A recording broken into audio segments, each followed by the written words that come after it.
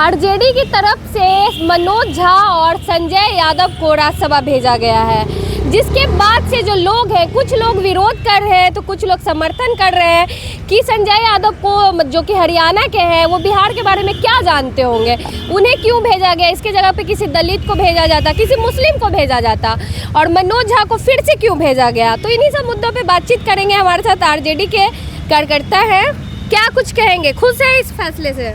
देखिए, ये पार्टी आला कमान का और पार्टी सुप्रीमो श्री लालू प्रसाद यादव और तेजस्वी जी का ये दिशा निर्देश के अनुसार ही ये जो राज्यसभा के 2 नॉमिनेट सदस्य हैं, जिनका जो उनका नामांकन के लिए जो नाम आया है मनोज झा और संजय यादव, तो कहीं ना कहीं ये पार्टी पार्टी मजबूती के लिए मनोज झा लगातार जो है राज्यसभा में राष्ट्रीय जनता दल के लिए मुखर होकर उन्होंने बातों को रखा है। आपको बता दें कि कभी भी वो राष्ट्रीय जनता दल के बातों को हमेशा से मुखर होकर राज्यसभा में उन्होंने रखा है। और रही बात संजय यादव का, संजय पहले मनोज झा की बात करेंगे। आपने बोला लेकिन नए लोगों को मौका मिलना चाहिए था ना। नए लोगों को मौका मिलना चाहिए, ऐसा नहीं है कि नहीं मिलना चाहिए, लेकिन आपको बता देते 2 ही सीट है, अगले बार मिलेगा। ऐसा थोड़ी नहीं कि एक ही बार में सभी लोग जाएंगे। अच्छा। अगले बार चले जाएंगे। संजय यादव हरियाणा के हैं, वो तो बिहार के बारे में ज़्यादा जानते भी नहीं होंगे। ऐसा नहीं कि पार्टी इस बार संजय यादव को भेजा, इससे पहले भी लोग आए हैं बिहार के, अदरवाइज से राम जेठमलानी जी आए हैं, उससे पहले भी लोग आए हैं। तो क्या उनको पहले बिहार के, ऐसा करना सिर्फ अपना उल्लू सीधा करना, ऐसा कुछ नहीं है। वो संजय यादव भी पार्टी को बातों को रखेंगे। लालू जी का तेजस्वी जी के सलाहकार है ना, तो सलाहकार रहे हैं तो वो तो जान रहे हैं ना कि पार्टी फोरम की बात क्या है, पार्टी के एजेंडा क्या है, वो राज्यसभा में रखेंगे ना। तो वो आरजेडी से जुड़े रहे हैं ना। ऐसा तो नहीं है कि वो डायरेक्ट चले गए हैं, बाहर से आए हैं, नॉमिनेट होकर चले गए हैं। वो पार्टी के लिए काम किए, तेजस्वी यादव के सलाहकार रहे हैं, उन्होंने पार्टी का नारा को गढ़ा है, सब कुछ देख रेख किए हैं। उनको राष्ट्रीय जनता दल के बारे में पता है ना, वो उनके विचारधारा को राज्यसभा में रखेंगे ना। इन दोनों, ये 2 लोग मतलब मजबूती के साथ आरजेडी को आगे बढ़ाएंगे। ओबियसली रखेंगे और बढ़ाएंगे, और उन्होंने बढ़ाने का भी काम किया है। राज्यसभा में मजबूती से बोले तो कि मनोज झा का आपने भाषण शायद ने सुना ही होगा, और नहीं सुने हैं तो आप जाकर पब्लिक डोमेन में भी देख सकते हैं। लगातार राष्ट्रीय जनता दल के आवाज़ों को उन्होंने बुलंद करने का काम किया राज्यसभा में। संजय यादव अभी तो जा रहे हैं, अभी नए सदस्य, अभी तो उनका नामांकन भी नहीं हुआ। नामांकन हो जाने के बाद जब जाएंगे सदन में तो आप उनको सुनेंगे ही। लग रहा मतलब मजबूती के साथ आरजेडी, अगर नहीं सुनेंगे तो रिप्लेस कर दिए जाएंगे अगले बार। पहले फर्स्ट टाइम तो मौका तो मिल। अच्छा, भरोसा है संजय यादव पे?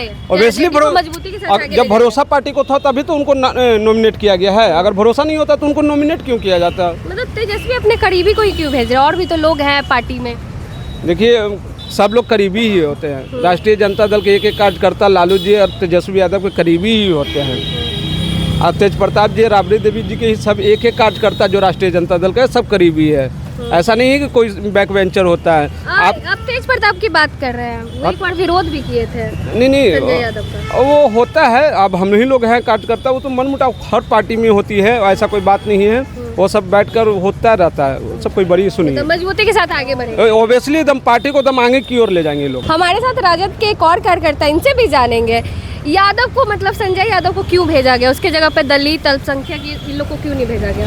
नहीं, पहली बात जो आपने पूछी कि संजय यादव को क्यों भेजा गया, आप इसमें 2 चीज़ बोलें कि यादव को क्यों भेजा गया।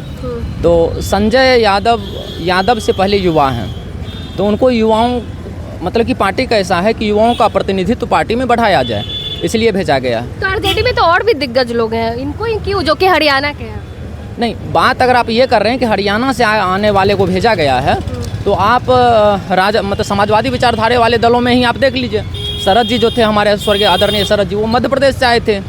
बिहार ने उसको एक्सेप्ट किया। कितना समाजवादी लोगों के लिए, दलित पिछड़ों के लिए कितना बड़ा वो काम किया। मधेपुरा ने उनको एक्सेप्ट किया, मधेपुरा ने उनको संसद भेजा, फिर राज्यसभा भी हो गए। आप अगर ये करते हैं कि दूसरे राज्यों से आने वाले, तो फिर नरेंद्र मोदी तो गुजरात से आए और यूपी के वाराणसी से चुनाव लड़े, तो फिर तो उन पर भी बोलना चाहिए कि आप वहाँ से आगे यहाँ से क्यों चुनाव लड़ रहे हैं। तो संजय जी को भेजने से कम जो युवा हैं, तो उनमें युवाओं में एक आस बढ़ती है।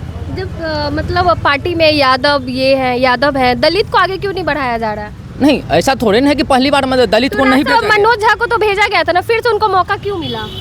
नहीं, देखिए, राज्यसभा जो होता है वहाँ पे हमारे जो विचार हैं, उनको विचारों को अच्छे तरीके से रखने, रिप्रेजेंट करने वाले लोगों की ज़रूरत होती है। चूँकि मनोज झा सर बहुत अच्छे वक्ता हैं, बेहतरीन वक्ता हैं, तो इसके लिए उनको दोबारा भेजा गया। और हमारी पार्टी A to Z की है, तो समीकरण बना के चलना पड़ता है। और जहाँ तक आपने बोली कि यादव को ही क्यों भेजा गया, तो केवल यादव को नहीं भेजा गया, या फिर ऐसा नहीं है कि दलित को नहीं भेजा गया। सबसे पहला मैं बात करूँ तो ब्रह्मानंद पासवान जी दलित थे जो पहली बार गए थे। उसके बाद रामदेव भंडारी ईबीसी से आते थे, रामदेव भंडारी, जगदम्बी मंडल, विद्यासागर निषाद, ये तीनों ईबीसी समुदाय से आते थे। प्रोफेसर जाबिर हुसैन, मुसलमानों का मैं बात करूं तो प्रोफेसर जाबिर हुसैन जी को भेजा गया, वो मुसलमान थे, मुसलमान कौम से आते थे। राजनीति प्रसाद जो थे वैसे समुदाय से आते थे। राम जेठमलानी जी जो कि बेहतरीन वकील रहे हैं, देश के सुप्रसिद्ध नामी गिरामी वकील में शुमार रहे हैं, वो सिंधी समाज से आते थे। सरोज पांडे जी जो कि यूपी उत्तर प्रदेश राजद महिला प्रकोष्ठ की राष्ट्रीय अध्यक्ष प्रदेश अध्यक्ष रह चुकी हैं, उनको भेजा गया। प्रेमचंद गुप्ता जी जो इससे पहले थे वो वैश्य समुदाय से आते थे। मनोज झा जी वो ब्राह्मण हैं। अशफाक करीम से ठीक पहले का मैं बात करूँ, अशफाक करीम साहब वो मुसलमान बिरादरी से आते हैं। एडी सिंह जी इससे पहले जिन पे EDCD ये सब ने उनको परेशान किया था, चूँकि हाँ एडी सिंह जी भूमिहार समुदाय से आते हैं। एडी सिंह जी को भी परेशान करने के पीछे यह रीज़न था कि भूमिहार वोट बैंक राजद की तरफ शिफ्ट हो रहा है, तो इनको ये तोड़ने के लिए तो उस कारण से एडी सिंह जी को परेशान किया गया। एडी सिंह को तो बहुत दिनों तक गिरफ्तार भी करके रखी थी। तो एडी सिंह जी भूमिहार समुदाय से आते हैं। फैयाज अहमद साहब का मैं बात करूँ, फैयाज अहमद साहब भी मुसलमान बिरादरी से, मुसलमान कौम से आते हैं। मिसा भारती जी जो कि महिला से आती हैं और पिछड़ों का प्रतिनिधित्व करती हैं, महिलाओं की आवाज़ सशक्त आवाज़ हैं। और अब की बार जो भेजा गया है मनोज झा जी और संजय यादव जी। मनोज झा जी को तो जानते हैं, लेकिन संजय यादव में क्या खासियत है कि उनको राज्यसभा भेजा गया? वही तो मैं बोल रहा हूँ, यादव के करीबी है इसीलिए। नहीं, करीबी रहना ये कोई मुद्दा नहीं है। मैं छोटा सा मैं एग्जाम्पल बता रहा हूँ संजय यादव को क्यों भेजा गया। तो पहली बात तो युवा हैं। अब चूँकि हमको तो में भी हो सकता है कि मेरे मन में भी ये आशा आज से कल से ये हुआ है कि मैं भी हो सकता है मैं भी कल वहाँ चले जाऊँ। मेरे जैसे और भी जो ग्राउंड लेवल पे जिनका कोई राजनीतिक बैकग्राउंड नहीं है, संजय जी का आप देखें तो कोई राजनीतिक बैकग्राउंड नहीं है, कोई उसके पापा ये नहीं थे वो नहीं थे, जो किए हैं खुद के बल पे किए हैं। और बात संजय यादव का करूँ कि उनको क्यों भेजा गया, देखिए कार्यकर्ताओं से जो रहता है उनका डायरेक्ट टच रहता है। मेरे जैसे लड़के जिनका कोई पहचान नहीं, कोई राजनीतिक वजूद नहीं है, मेरे माँ पिता कुछ नहीं है, मेरे पास ज़मीन पैसा कुछ भी नहीं है। आज से 3 दिन 4 दिन पहले की बात है, एक मेरे दोस्त हैं राजद के लिए लिखते पढ़ते हैं, उनकी बहन की शादी थी।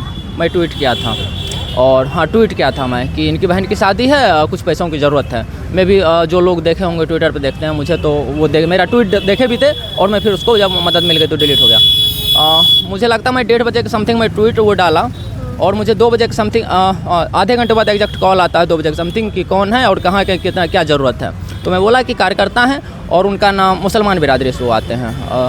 तो उधर कटिहार में भी कटिहार या पूर्णिया साइड का था। रैंडमली मुझे आया कॉल आता है, उनका पूछा गया संजय यादव का, हाँ संजय जी का, तो फिर उनको पार्टी की तरफ से मदद करवाया गया।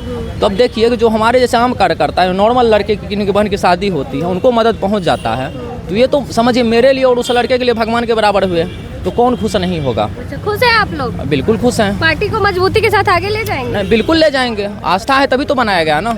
हमारे जैसे जो लड़के हैं उनके मन में भी ये लगता है कल हो के मैं भी, जब संजय जी बढ़ रहे हैं आगे तो उनके पीछे जो हम लोग भी जैसे जो युवा हैं वो भी जा सकते हैं संसद में, विधानसभा में विधायक बन सकते हैं। मतलब लोगों में उम्मीद जागी है। बिल्कुल जगी है, देख लीजिए आम कार्यकर्ता में खुशी की लहर है। अब विरोध करने वाले तो करते रहेंगे। चलिए, विरोध करने वाले करते रहेंगे, जो आम कार्यकर्ता है आरजेडी के उनमें खुशी की लहर है। आरजेडी की तरफ से मनोज झा और संजय यादव जी को भेजा गया है राज्यसभा। बाकी आप भी अपनी प्रतिक्रिया कमेंट बॉक्स में जरूर दें। धन्यवाद।